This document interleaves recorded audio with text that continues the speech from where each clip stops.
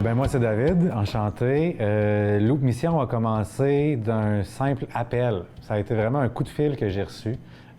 Avant de recevoir le coup de fil, j'étais déjà un entrepreneur. J'avais déjà cofondé Rise Kombucha, qui est un des plus grands kombucha vendus au Canada, et aussi Cru d'essence, la chaîne de restaurants vegan cru que j'ai parti il y a 10 ans.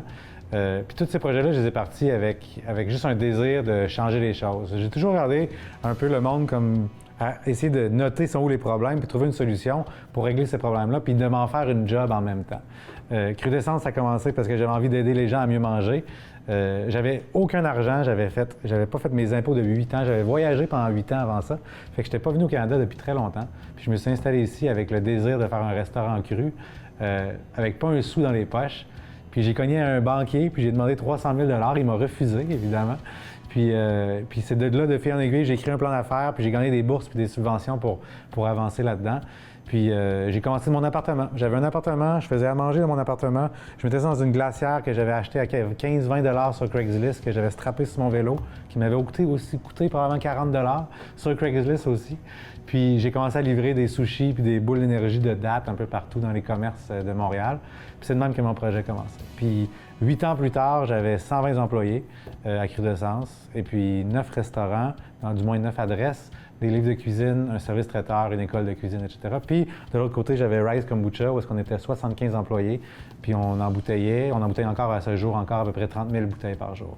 Fait que j'ai appris sur le tas, comme on dit. Je connaissais rien à l'entreprise. Je savais pas c'était quoi des états financiers, je savais pas c'était quoi un avocat, je savais pas c'était quoi un CPA ou un comptable. Je connaissais rien du tout, en fait. Mais j'étais passionné par le désir de partager quelque chose qui m'animait, en fait. Puis voilà, c'est comme ça que j'ai fait mon chemin. Puis quand j'ai eu un téléphone, il y a 4 ans de ça, c'était en 2016, j'ai reçu un appel de quelqu'un qui m'a dit « David, je jette 16 tonnes de fruits et légumes par jour. » Puis j'y ai pas cru. J'ai eu des frissons sur les bras. J'ai dit, voyons, ça se peut pas jeter 16 tonnes de fruits et légumes par jour. Faut que j'aille le rencontrer. J'ai pris mon vélo, je suis allé jusqu'à Anjou, dans l'est de Montréal. J'ai rencontré un gars qui s'appelle Fred Monette. Puis il m'a fait visiter son entrepôt de fruits et légumes. Puis j'ai compris à quel point il y avait du gaspillage dans la ville. J'en revenais pas, en fait. Puis c'est là qu'il m'a expliqué un peu le concept de spéculation, puis pourquoi il y avait autant de surplus dans l'industrie. Parce qu'en fait, ils ne savent jamais combien ils vont en vendre, puis leurs clients, c'est des gros clients. C'est des métros, des Sobeys, des Costco, des Loblaws, etc. Fait qu'ils veulent jamais avoir des matières premières qu'ils n'ont pas, sinon leurs clients vont appeler un autre compétiteur. Fait qu'il faut toujours qu'il y en ait juste assez pour en vendre, mais ce petit juste assez-là fait qu'il y a toujours un surplus. Puis un surplus pour une grande entreprise comme eux, c'est 16 tonnes de fruits et légumes par jour. Puis ils ne sont pas jetés parce qu'ils sont plus bons, ils sont jetés parce qu'en fait, ils sont mûrs. Puis un fruit et légumes mûr dans un entrepôt de fruits et légumes, il est trop tard. Parce que le temps que le fruit et légumes se rende dans l'entrepôt de redistribution d'une grande chaîne d'épicerie, puis qu'après ça soit redistribué à l'épicerie elle-même, qu'il soit mis sur la tablette, ça prend du temps. Puis ce temps-là fait en sorte que le fruit et légumes a besoin d'avoir au moins 2 semaines de durée de vie pour pouvoir être vendu. Fait que quand j'ai compris ça, on s'est dit, OK, il y a un filon, il y a quelque chose à faire. Alors, j'ai tout quitté. J'ai vendu Cru d'essence. J'ai vendu une partie de mes parts de Rise Kombucha. Et puis Julie, qui est ma partenaire dans le projet, qui est la présidente de l'entreprise, en fait, on rêvait de partir une entreprise ensemble. Puis Julie, elle a vendu sa maison. Elle a tout quitté aussi. Puis on a parti Loop à temps plein. On a bondi là-dedans comme des fous. Ça, c'était en 2016, en fait. Puis voilà, c'est comme ça que le projet a commencé. Ça s'appelait Jus Loop au début, parce qu'on était une entreprise de jus. Vraiment, à la base, c'est ça qu'on faisait. On prend des fruits et légumes rejetés de l'industrie, on en fait des jus ou des smoothies, puis après ça, on prend notre pulpe résiduelle puis on la donne à une autre entreprise qui fait des gâteries pour chiens. Puis ça, c'est le concept d'économie circulaire, en fait. Puis ce qui s'est passé au fil des ans, c'est qu'on a reçu des appels. Il y a eu du monde qui ont appelé pour dire hey, « moi, je jette du pain au truckload par semaine. À chaque semaine, je jette des pains parce qu'ils sont invendus, mais ils sont encore bons. » Quelqu'un d'autre m'a appelé pour dire hey, « moi, je jette des retailles de patates. » Quelqu'un d'autre m'a appelé pour dire hey, « moi, je jette des croûtes à tarte. » Des agriculteurs nous appellent pour dire hey, « moi, je jette des courges, puis des fraises, puis d'autres choses. » Fait que de fil en aiguille, on s'est rendu compte qu'on ne serait pas une compagnie de jus, mais qu'on serait vraiment une entreprise d'économie circulaire qui vise à réduire le gaspillage alimentaire par l'entremise de plein de produits, en fait. Fait que l'idée, c'est de créer de la valeur sans retirer de ressources, puis donner de l'argent, en fait, à des grandes entreprises qui, avant, dépensaient pour jeter ces aliments-là. Right? C'est ça le concept de l'économie circulaire. Fait qu'on n'est pas une entreprise, on n'est pas une OSBL ou bien un non-profit organization qui est là qui dépend des dons des grandes institutions. Non, on est une entreprise insérée dans le capitalisme normal, mais avec un but environnemental de créer de la valeur sans retirer de ressources, en fait. C'est ce qu'on fait. Fait que voilà, fait qu'on a du gin, des jus, On a maintenant des kéfirs d'eau, qui est un peu un kombucha pétillant avec des jus de fruits. On a des biscuits qui s'en viennent. On a des savons faits avec les surplus d'huile. On a plein d'affaires. Fait que c'est ça, Loop. C'est ça l'histoire. En fait, on nous demande souvent pourquoi notre entreprise est si innovante, puis qu'est-ce qui fait que tout le monde parle de nous. C'est spécial parce que moi, je trouve personnellement qu'on fait juste du gros bon sens. Si on avait pris un Autochtone ou n'importe qui vivait ici en Amérique, qui était généralement un Autochtone il y a 450 ans, puis on lui montrait comment on gère nos ressources, il n'en reviendrait pas. Il nous trouverait tellement niaiseux, il serait comme « mais qu'est-ce que vous faites? » En fait, si, en métaphore, là, c'est comme si aujourd'hui, en tant que société, quand on va faire l'épicerie, tout le monde va faire l'épicerie le jeudi soir, par exemple, prend des paquets, remplit toute son épicerie, son panier pour 300 $.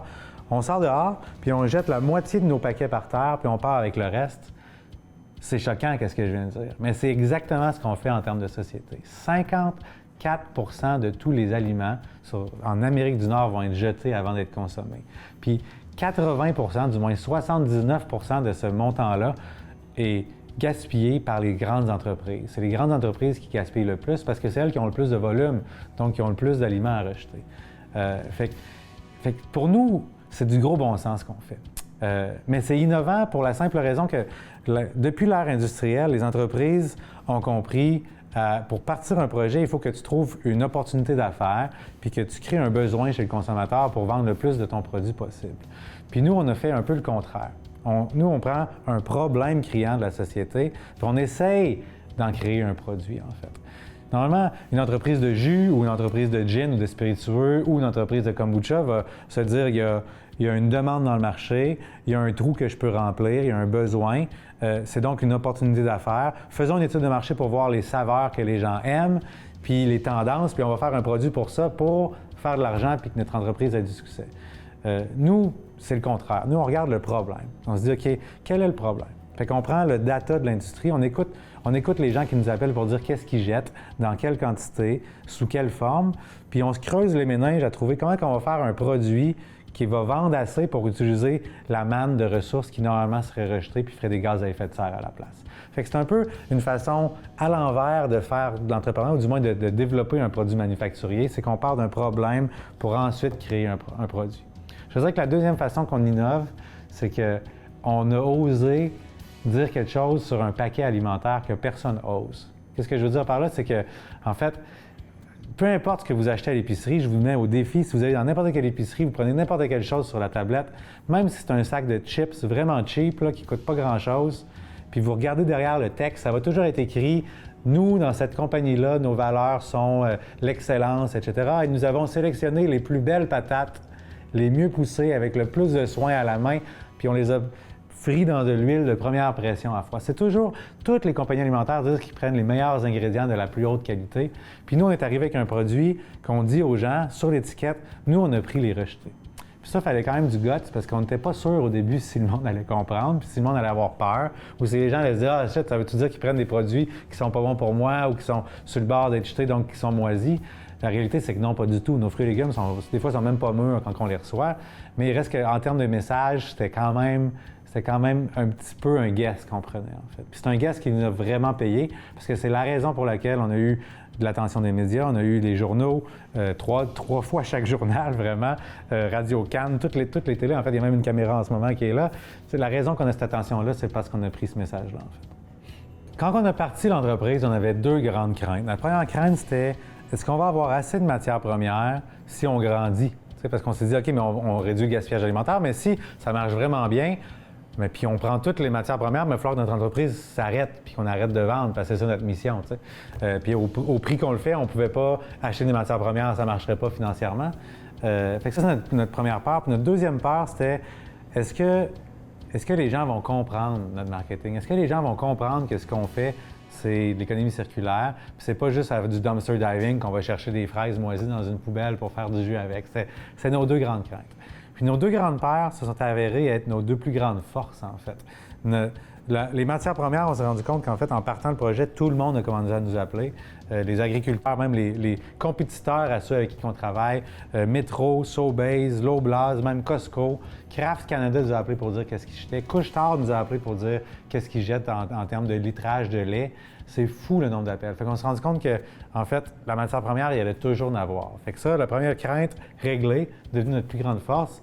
Notre deuxième crainte de marketing, au début, je pensais même faire une compagnie qu'on parlait même pas du gaspillage alimentaire. Je me suis dit peut-être que les gens vont pas comprendre, ils vont avoir peur, fait qu'on va juste, en fait, faire un jus qui est moins cher que les autres, mais qui est vraiment bonne qualité, puis on va garder notre mission pour nous, puis on va pas parler en trop au monde, parce que j'avais peur comment que les gens réagiraient.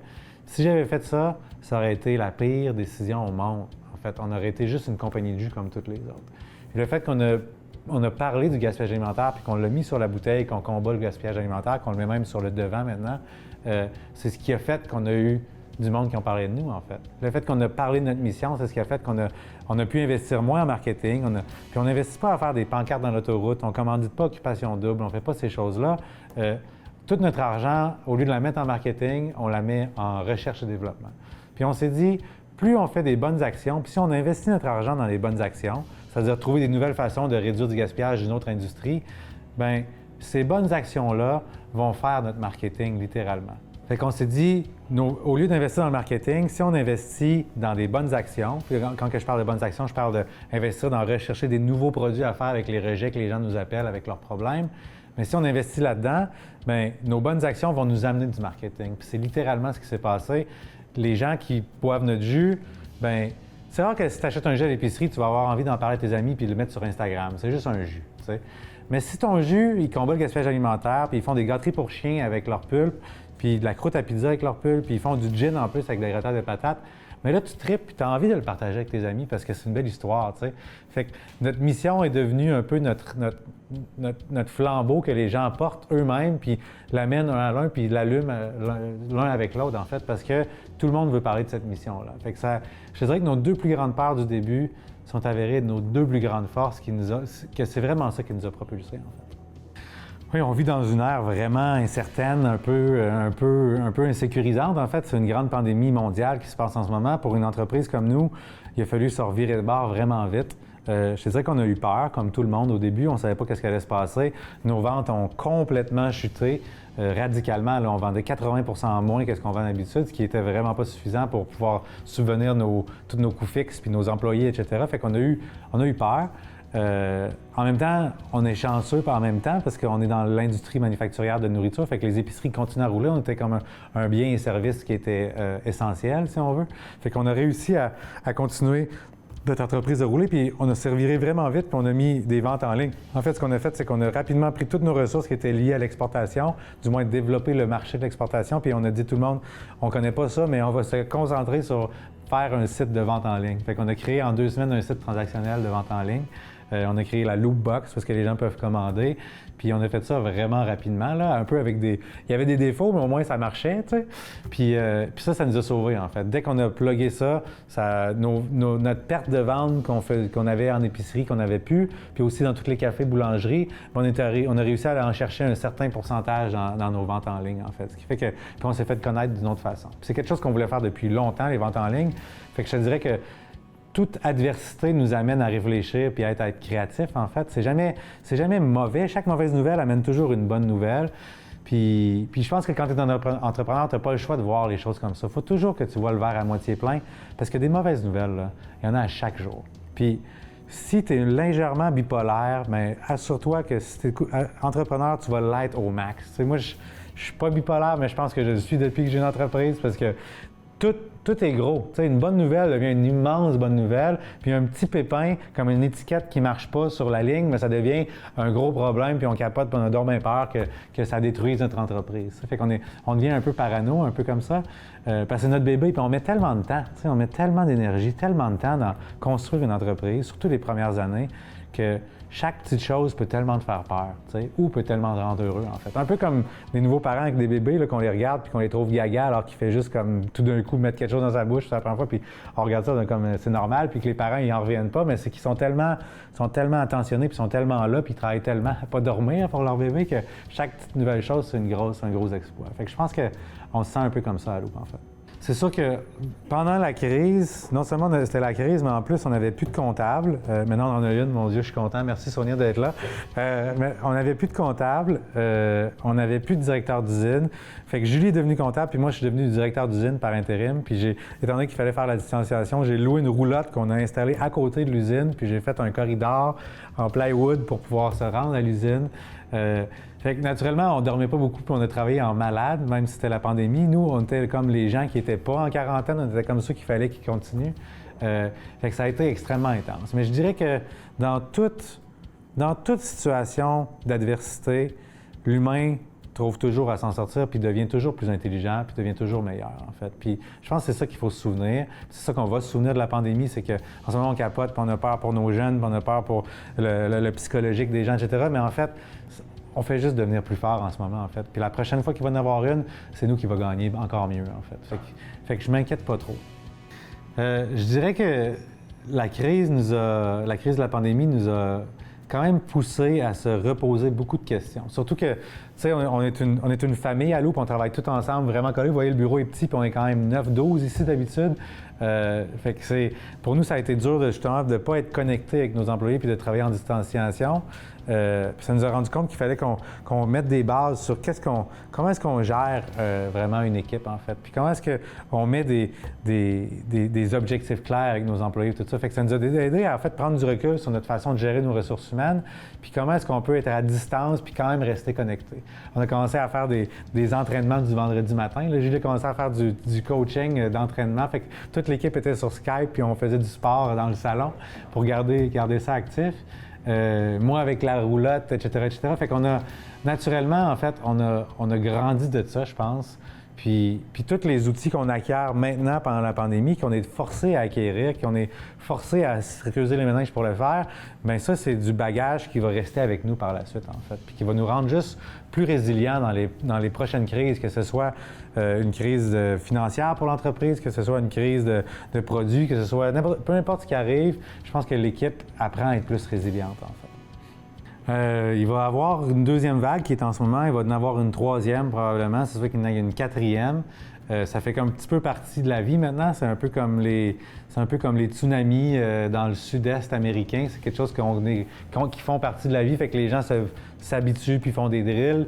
Nous, c'est un peu le même concept. C'est quelque chose qu'on essaie de prévoir puis qu'on essaie de voir, OK, dans l'entreprise, comment est-ce qu'on va faire pour s'adapter à ça. En fait, on sait qu'on va en plus en ligne quand il y a des tsunami de pandémie, fait qu'on se dirige vers là-dessus, alors que quand c'est le creux de la vague, bien, on donne plus d'attention à nos retailers. Fait que c'est d'apprendre le mouvement de la vague puis de travailler avec, en fait. On n'a pas le choix.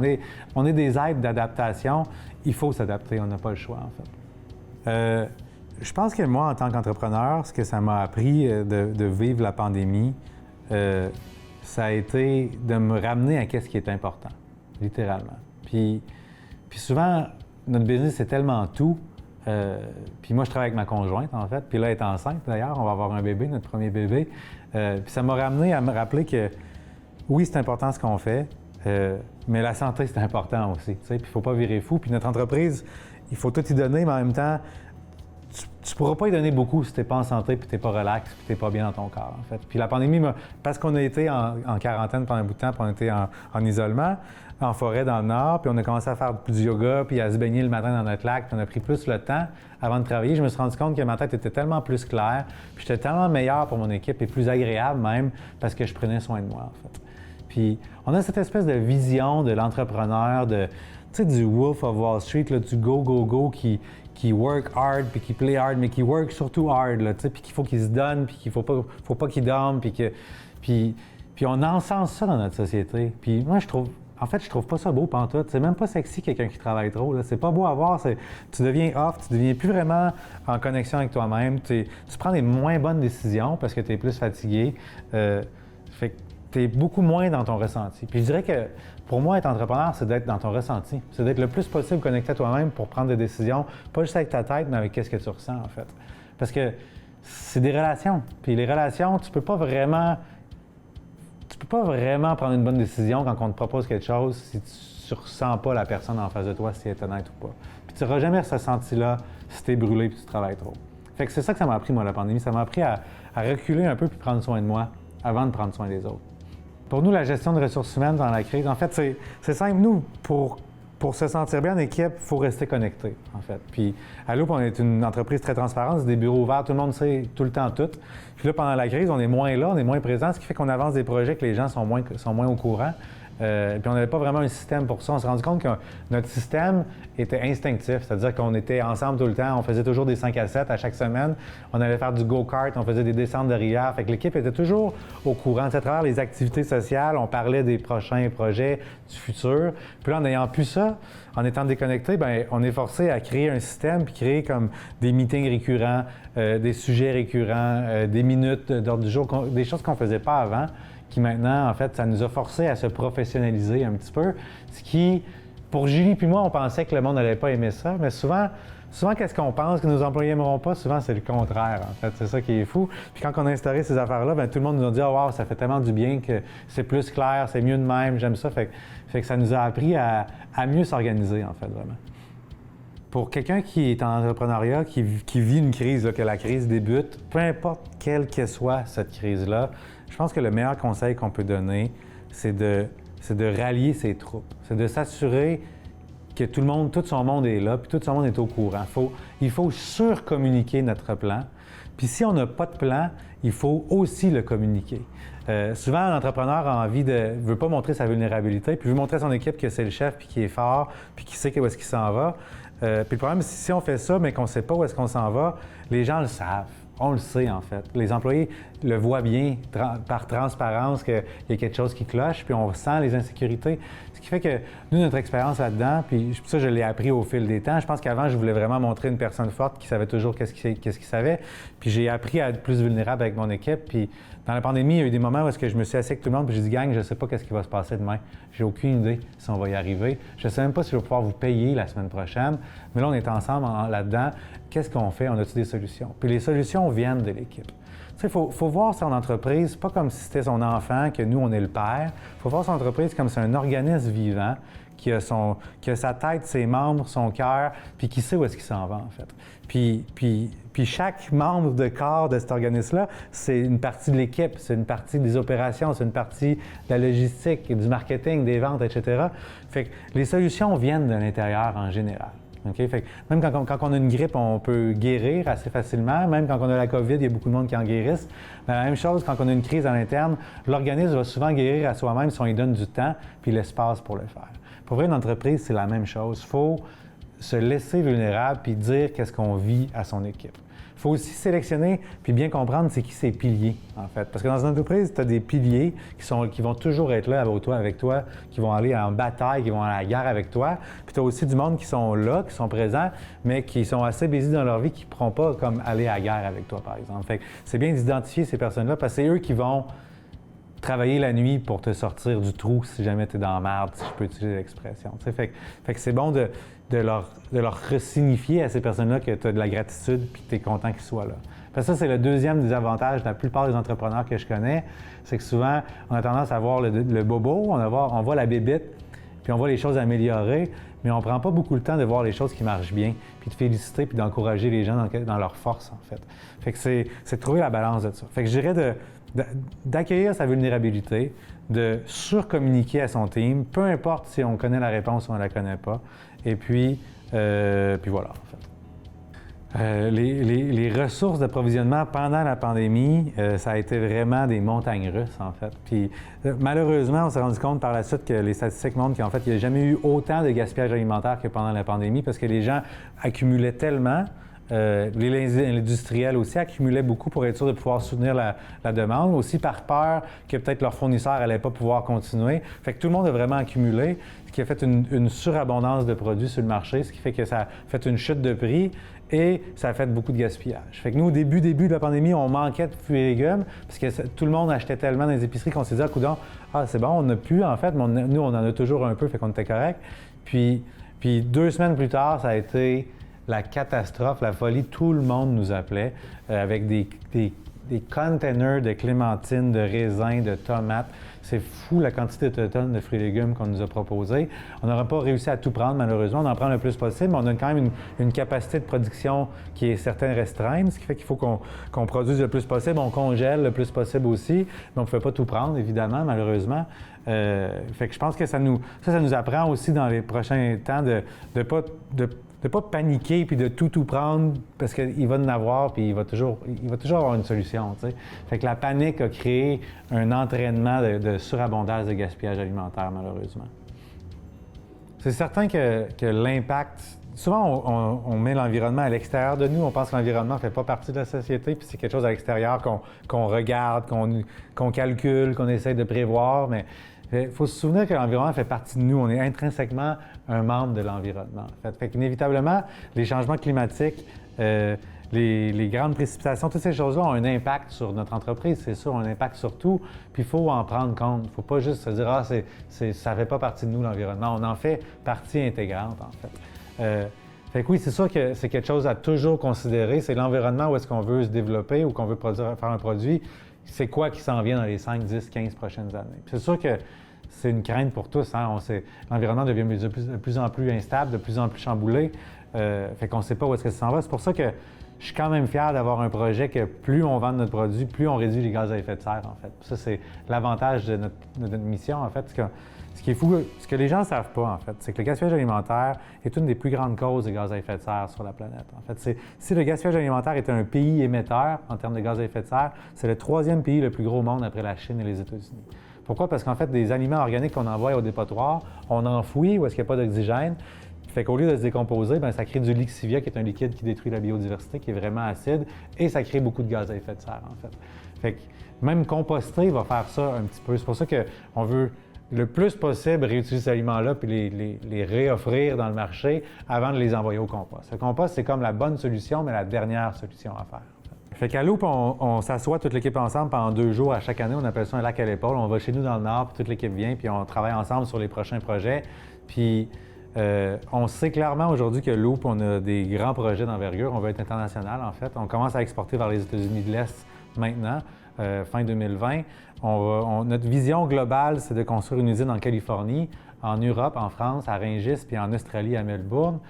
Pourquoi construire des usines ailleurs? En fait, l'idée, c'est simple, c'est de sauver localement les surplus, puis de les transformer localement, puis de les revendre localement. Ça ne ferait pas du sens pour nous de prendre les surplus d'un agriculteur de Californie, de les transformer ici, puis d'y renvoyer du jus. Ça serait un petit peu contre-intuitif, puis pas la meilleure idée environnementale. Fait que l'idée, c'est de prendre notre modèle d'affaires puis d'aller l'apporter puis le répliquer en Californie. Il y a des surplus là-bas, il y en a encore plus qu'ici. La Californie a plus de population que juste au Canada, presque. Fait qu'il y a du monde en masse puis il y a beaucoup de surplus. Même chose à Melbourne, même chose à Paris. Ce qui fait que notre vision, c'est de faire le même modèle, mais partout dans le monde, en fait. Puis, d'être dans chaque catégorie de l'épicerie. Fait qu'en ce moment, on a du gin, de la bière, des savons, mais on lance encore des nouveaux produits qui s'en viennent. On lance des biscuits faits avec les surplus de drèche, en fait, l'orge maltais des brasseries. Fait qu'il y a des biscuits qui sortent bientôt faits avec ça. Puis on a d'autres choses qui s'en viennent. Là, je ne peux pas tout dire, mais à chaque année, il y a des nouveaux produits qui sortent. Oui, je dirais à tout le monde qui veulent partir un projet ou qui ont une entreprise en tête, ou que ce soit une OSBL, que ce soit un service, que ce soit un produit, peu importe c'est quoi votre idée, je vous dirais que le meilleur conseil que je peux donner à quelqu'un, c'est avant de partir son projet, de s'assurer que ce projet-là ou ce produit-là va régler un vrai problème, en fait. Parce que si on règle un problème, bien, naturellement, puis vous avez une grande mission puis une mission vraiment claire, naturellement, votre projet va bien aller, ça va se vendre plus facilement, vous allez attirer du talent plus facilement, vous allez être moins brûlé parce que vous allez être passionné par ce que vous faites, parce que c'est un sujet qui vous passionne. Fait que tout va bien aller. Alors que si on prend un projet ou une entreprise parce que c'est une opportunité d'affaires qui peut nous enrichir, mais que notre passion puis notre mission à travers ça, c'est de faire de l'argent surtout parce que c'est un beau filon, je vous garantis que oui, peut-être vous allez faire de l'argent, mais vous allez faire partie du problème aussi. Puis après 2-3 ans d'avoir un projet qui est là juste pour faire de l'argent, on se lève le matin puis on ne sent pas qu'on a une mission vraiment claire. C'est moins satisfaisant. Ça coûte plus cher en marketing parce qu'il faut que tu vendes quelque chose à quelqu'un qui n'a pas de mission. C'est plus dur d'attirer le talent. Tout est plus compliqué, en fait. En gros, ce que ça veut dire, si je peux le mettre en une phrase, c'est qu'un produit qui a une mission plus grande que celle de vendre un produit va vendre plus de son produit. Puis je peux le répéter, Une entreprise qui a une mission plus grande que de vendre son produit va vendre plus de son produit, inévitablement. Puis c'est bon pour n'importe quoi, même que ce soit un service, peu importe ce que vous faites. Il faut se poser la question le matin, pourquoi je suis là, moi? Puis ça aussi, ça paraît quétaine, mais si on ne sait pas pourquoi on est là, bien, il y a des chances qu'on se promène dans la société puis qu'on n'aide pas, qu'on fasse partie du problème, en fait. Puis tout le monde a une mission ici, là. Tout le monde a envie de faire quelque chose, tout le monde a quelque chose qui les passionne, peu importe ce que c'est.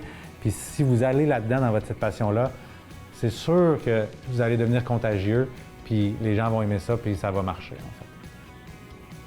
Voilà.